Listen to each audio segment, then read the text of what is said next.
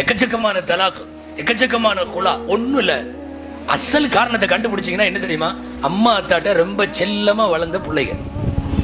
நீங்க போய் குலா எங்கெல்லாம் நடக்குதோ விசாரிச்சு பாருங்க, தலாக்கு எங்கெல்லாம் நடக்குதோ விசாரிச்சு பாருங்க. சில இடங்கள்ல மாப்பிள்ளை தவறு, சில இடங்கள்ல பெண்ணுடைய தவறு. ஆனா இன்னைக்கு மெஜாரிட்டி என்ன தெரியுமா? அதிக செல்லம் கொடுத்து அன்பு என்ற பெயரால் ஏராளமான செல்லத்தை கொட்டி வளர்க்கப்பட்ட பெண்கள் அடுத்த வீட்டினுடைய நெளிவு சுழிவுகளை தாங்குகிற நிலையில இல்ல. அட்ஜஸ்ட்மெண்ட் மனோபாவத்தில், அனுசரித்து ஒத்து போகிற மனோபாவத்தில் இன்றைக்கு இருக்கிற பெண்கள் இல்லை. அட்ஜஸ்ட்மெண்டே கிடையாது. போன வேகத்துல வந்துடுறா போட்டி தூக்கிட்டு. அவங்க அத்தா சொல்லிடுறாரு, நீ மாமா நான் பாத்துக்கிறேன், அந்த ஆளை அடிக்கணும். பிரச்சனை அங்கிருந்து. அன்பானவர்களே, நிறைய இந்த பிரச்சனைகள் அது இந்த மாதிரி எல்லாம் குடும்பத்துல, ஒரு கூட்டு குடும்பத்துல முன்ன பின்ன இருக்குமா, இப்படி வாழணும், இப்படி இருக்கணும், பணிஞ்சு போகணும், அது இதுன்னு எல்லாம் சொல்லி கொடுக்கணும். இதெல்லாம் சொல்லி தரதே இல்லை. நீ வா பாத்துக்கலாம் தான். ஒரு ஹதீஸ் இப்படி வருகிறது. அதாவது இன்னைக்கு உள்ள குடும்ப பெண்களும் என்ன ஆயிட்டாங்கன்னா, அவங்களே நிர்வாகிகள் மாதிரி. குர்ஆன் சொல்லுது, அர்ரிஜாலு கவ்வாமூன், நிர்வாகிகள் ஆம்பளைகன்னு. நிஜமா சொல்லுங்க, உண்மையாலுமே நம்மளா நிர்வாகியா இருக்கோம்? இந்த சிரிப்பே போதும், வேற பதில் அர்த்தம். நிர்வாகிகள் ஆண்கள்னு வருது, ஆனா வீடுகள்ல பூரா நிர்வாகிகள் யாரு தான்? மேடம் தான். அவங்க தான் நிர்வாகிகளா இருக்காங்க. தாய்மார்களுக்கு சொல்ல வேண்டும், சலாசுல்லா எந்தருல்லாஹு இலையும் யௌமல் கியாமத்தி வலா யுகல்லிமுகும். அல்லாஹ் மறுமையில 3 பேரோடு அன்பொழுக பார்க்கவும் மாட்டான், அல்லாஹ் அன்பாக பேசவும் மாட்டான். 3 பேர் ஒரு ஹதீஸ்ல வருது. ஒன்னாவது ஆக்குன்லி வாலிதை, பெற்றோரை நோவினை செய்தவன், பெற்றோரின் பத்வாவுக்கு ஆளானவன், பெற்றோரை புறக்கணித்தவன். அவன் ஃபர்ஸ்ட். அது ஆணா இருந்தாலும் சரி, பெண்ணா இருந்தாலும் சரி, பெற்றோர்களின் நோவினை செய்தவர்கள் அல்லாஹு தாலா அவங்களோடு பேச மாட்டான், பார்க்க மாட்டான். இரண்டாவது அல் முத்தரஜ்ஜிலான்னு ஒரு வாக்கியம் வருது. குடும்பங்களில் ஆணை போன்று தன்னை பாவித்துக் கொள்ளுகிற பெண். அப்படின்னா என்ன அர்த்தம் தெரியுமா? ட்ரெஸ் வேட்டி சட்டை போடுவாங்கன்னு அர்த்தம் அல்ல. ஆம்பளை பண்ண வேண்டிய அத்தனை நிர்வாக அமைப்பு, அட்மினிஸ்ட்ரேஷன், எல்லாத்தையும் மேனேஜ்மெண்ட் எல்லாத்தையும் இவங்களே எடுத்துக்கிறது. இன்னைக்கு நிறைய குடும்பத்தில் அதுதான் நடக்குது. பூராமே அம்மனி கையில. ஆமா, அவங்க சொல்றதுதான் முடிவு. அதுலயும் சில வயசானவங்க அவங்க வீட்டுல படுற பாடு அல்லாஹு அக்பர். அந்த 3 நேர சாப்பாட்டுக்கு அவங்க என்னமோ எல்லாம் மகன் கைக்குள்ள, மகள் கைக்குள்ள, குடும்பத்தினுடைய எல்லாம் கைக்குள்ள. இப்ப என்ன ஆகும் தெரியுமா? இவர் குடும்ப தலைவர், அல்லாஹு அக்பர், பரிதாபமா இருப்பார். அதுலயும் இந்த ரிட்டையர்ட் ஆனதுக்கு பிறகு சில பேர் வீட்டுல படுற பாடு இருக்க. வெளிநாட்டுல அவர் சம்பாரிச்ச போலாம் பாத்தீங்கன்னா அவர் மகாராஜா. அவரு எப்ப தொழில் முடிச்சு எக்ஸிட் ஆகி வந்து வீட்டுல உக்காந்தாரோ முடிச்சது மவன, அவ்வளவுதான். பிஸ்மில்லாஹ். எக்கச்சக்கமான இது என்னன்னா, ஆணை போல் தன்னை பாவித்துக் கொண்டு நிர்வாகம், அது இது மேனேஜ்மெண்ட், அந்த அட்மினிஸ்ட்ரேஷன் பவர் அத்தனையும் கையில எடுத்துக்கொள்ளக்கூடிய பெண்கள். இது இரண்டாவது. மூணாவது யார் தெரியுமா? அத்தையூஸ்னு ஒரு வார்த்தை வருது ஹதீஸ்ல. தையூஸ் அப்படின்னா என்ன? நல்லா கவனிக்கணும். இதை ஆம்பளைகளும் கவனிக்கணும், பெண்களும் கவனிக்கணும். தன் குடும்பத்தினருடைய மானக்கேடான செயல்களை கண்டுகொள்ளாத குடும்ப தலைவன்.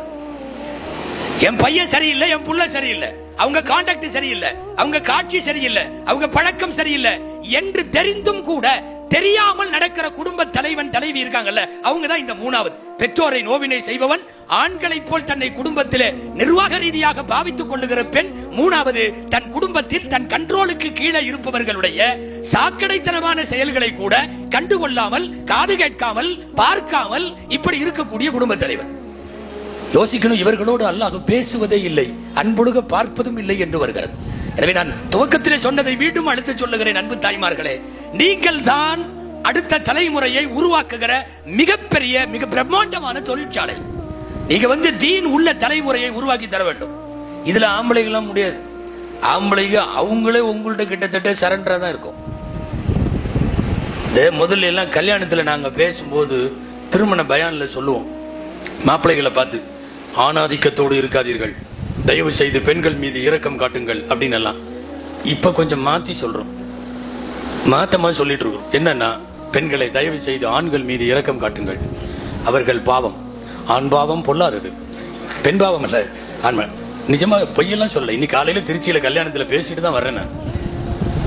பெண்ணாதிக்கம் மிகைத்திருக்கிறது. பெண்ணாதிக்கம், ஆணாதிக்கம் அல்ல, பெண்ணாதிக்கம். பாவம் அவங்க, தயவு செய்து அவங்கள கொஞ்சம் பத்திரமா பாத்துக்குங்க. ஆனா ஆண்களுக்கு ஒரு ஆறுதல் சொல்றேன். ஹதீஸ்ல அப்படி ஒண்ணு வருது. ரொம்ப டார்ச்சர் பண்ற மனைவிக்கு கீழே இருக்கிற கணவன்மார்களுக்கு அய்யூப் அலைஹிஸ்ஸலாத்தோட கூலி உண்டாமா. அல்லாஹ் அக்பர். 18 வருஷம் நோய்வாய்ப்பட்டு படாத பாடுபட்டாங்கல்ல, அவங்க கூலி நமக்கு கன்ஃபார்ம்னு அல்லாஹ் சொல்றான். எப்ப தெரியுமா? வீட்டுல டார்ச்சரா இருந்தா. பெரிய மகான் ஒருத்தர் இருந்தார், அதற்கு அதிகமா சிரிக்கிறார். அன்பானவர்களே, பெரிய மாமேதை அபுல் ஹசன் ஹர்கானி ரஹிமஹுல்லான்னு ஒருத்தர் இருந்தாங்க. சில நேரம் அவங்க பெரிய அவுளியாவா இருப்பாங்க, வீட்டில் அமையிறது அந்த மாதிரி இருக்காது. அவர் அஜரத்து ஆஜியாரு முத்தவல்லி ஹாட் பூட் எல்லாம் இருக்கும், வீட்டில் வேற மாதிரி இருக்கும். பகதாதுல இருந்து ஒரு பையன் வந்தார். எதுக்கு தெரியுமா? ஷேக்கை பார்க்கறதுக்கு. ஷேக் அபுல் ஹசன் ஹர்கானி ரஹிமஹுல்லா பெரிய ஆளு. காட்டில் உட்காந்து திக்ர் செஞ்சாங்கன்னா அவங்க கூட சிங்கமெல்லாம் திக்ர் செய்யும். அவர் உட்கார்ந்து இருக்கிறப்ப சிங்கத்து மேலே இப்படி கை வச்சு உட்காந்துருப்பாரு. சமயங்கள்ல காட்டுக்குள்ள இருந்து சிங்கத்துல உட்காந்து வருவார். அவர் வரலாறு படிக்கிறப்பவே எல்லாத்துக்கும் சிங்க நினைப்புக்கு வரும். என்ன கூடவே நீங்க ஒரு அட்டாச்சாவே இருப்பாரு சிங்கத்து கூட. அவ்வளவு பெரிய ஆளு. பகதாதுல இருந்து ஒரு பையன், ஒரு 20-30 வயசு பையன் கிளம்பி ஷேக்கை சந்திக்கலான்னு வந்து அட்ரஸ் கண்டுபிடிச்சு வீட்டு கதவை தட்டிட்டான். டபால்னு கதவை திறந்தது அந்த அம்மா உள்ள இருந்து. அது வேற மாதிரி அம்மா. அல்லாஹ் அக்பர். என்ன இல்ல, ஷேக்கை சந்திச்சு துவா வாங்கிட்டு போன, உனக்கும் பழப்பில்ல அவருக்கும் பழப்பில்ல, பா அங்க இருப்பாரு பாரு அப்படின்னு அங்க காட்டுக்குள்ள இருப்பாருன்னு துரத்தி விட்டுச்சு. அதிர்ச்சியாயி இந்த பையன், ஷேக்குக்கே இந்த நிலைமையா அப்படின்னு நான் யோசிச்சுக்கிட்டே வர்றான். இப்படி ஒரு மனைவி கூட இவர் ஏன் வாழணும்? இவர் உலகத்துல பெரிய ஷேக்கு, இவங்களை தேடி எல்லா நாட்டுல இருந்தும் ஆன்மீக ரீதியா தேடிட்டு வர்றாங்க. இவர் இப்படி ஒன்றை வாழ்ற நினைச்சுக்கிட்டே வர்றாரு. அந்த காட்டுக்குள்ள நுழையிறாரு. சிங்கத்தோட எதிரில் வந்துட்டு இருக்கிறாங்க. கூட சிங்கம் வருது, இவரு வர்றாங்க. அது இந்த வளர்ப்பு நாயெல்லாம் கூட்டிட்டு வர்றாங்கல்ல பல பேர், நீங்க அந்த மாதிரி சிங்கம் வருது கூட, இவர் வர்றாரு. சலான் சொன்னார். இந்த பையனோட முகமே சரியில்லை. ஆன்மீகவாதிகளுக்கு முகத்தை பார்த்த உடனே தெரிஞ்சு போயிடும். அகத்தின் அழகு முகத்துல தெரியுது. கொஞ்ச நேரம் உத்து பார்த்துட்டு இந்த பையன் கேட்டாங்க, வீட்டுக்கு போனியோ? வீட்டுக்கு போனியானார். அவர் ஆமானார். அப்படி சொன்ன உடனே அந்த பையன் ஆரம்பிச்சுட்டான், இந்த மாதிரி ஒரு பொம்பளை ஏன் வச்சிருக்கணும் நீங்க மனைவியா? இதை தரா கூட வேண்டியதானே அப்படின்னார். 2 பதில் சொன்னாங்க. அழகான பதில் என்ன தெரியுமா? ரொம்ப வாய் அந்த அம்மா.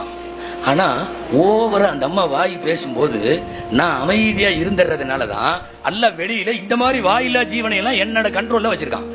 வெளியில சிங்கம், புலி, கரடி எல்லாம் என் கண்ட்ரோல்ல. ஏன் தெரியுமா? அந்த மட்டும் நான் கண்ட்ரோல்ல. அப்புறம் சொன்னாரு, தலாக்கு விட்டுறலாமல்லன்னு கேட்டீங்கல்ல, நான் விட்டுருவேன். ஆனா எனக்கே நல்லா தெரியும், நான் தலாக்கு விட்டா வேற எவனும் கட்ட மாட்டான். அந்த அம்மாவை வேற யாரும் கல்யாணம் பண்ண முடியாது. ஆனா என் பிள்ளைகளை அவன் நல்லா பாத்துக்கிறான். அந்த வேலையை அவன் செய்யறா இல்லையா? அது நான் செய்ய முடியாது.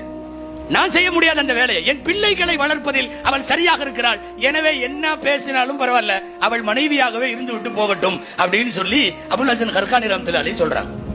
இப்ப இதையெல்லாம் சொல்லிட்டு நீங்க எங்களுக்கு என்ன சொல்ல வர்றீங்க அப்படின்னு கேக்குறீங்க. ஒன்னும் இல்ல, டார்ச்சர் அதிகமா இருந்தா நீங்க அவுலியாவாகிறதுக்கு வாய்ப்பு உண்டு. சொல்ல முடியாது, நம்ம எல்லாமே அவுலியாக்கள் ஆகிறதுக்கு வாய்ப்பு உண்டு. அதனால தாய்மார்கள்ட்ட சொல்லணும், ஆண்கள் பாவம் என்பதை சொல்லும் சூழ்நிலையில் இன்றைக்கு குடும்பம் இருக்கிறது. அவர்களே, நான் துவக்கத்தில் சொன்னதை மீண்டும் சொல்லி நிறைவுக்கு வருகிறேன். ஆண்களால் ஒரு நல்ல குடும்பத்தை கட்டமைக்கிறது ரொம்ப கஷ்டம். சம்பாதித்து தருவதற்கு ஆனால் முடியும். விசேஷங்களுக்கு அல்லது சுப துக்க காரியங்களிலே வந்து குடும்ப தலைவன் என்று நிற்க முடியும்.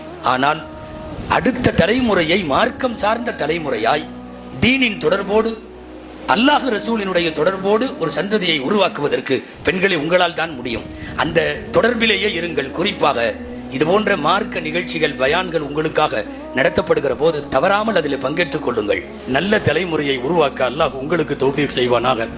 நம்முடைய காதுகளில் எந்த மார்க்க விஷயமெல்லாம் வாழும் காலத்தில் வந்து விழுகிறதோ அவைகளை தாமதம் இல்லாமல் உடனடியாக குடும்பத்திலே அமல் செய்யக்கூடிய தௌஃபீக்கை அல்லாஹ் வழங்குவானாக.